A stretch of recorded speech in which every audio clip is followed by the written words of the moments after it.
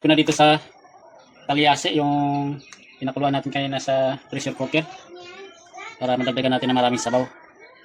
Lalagyan natin ng patis, pork cubes, ito yung mga gulay, repolyo. Ayan natin yan. Pinamihan ko na ng sabaw para mga bata kasi ang gusto lang nila dyan sabaw. May mahilig sa karne mga bata, sinasayang lang yung karne kaya dagdag na lang ako ng sabaw. Dami sabaw, apaw-apaw. Siyang kumulo. Tatakpan muna natin. Ay, makulo na.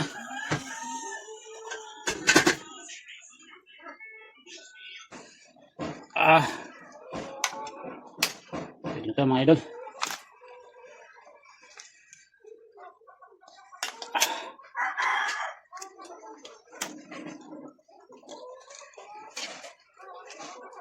Daming sabaw. Tikman natin.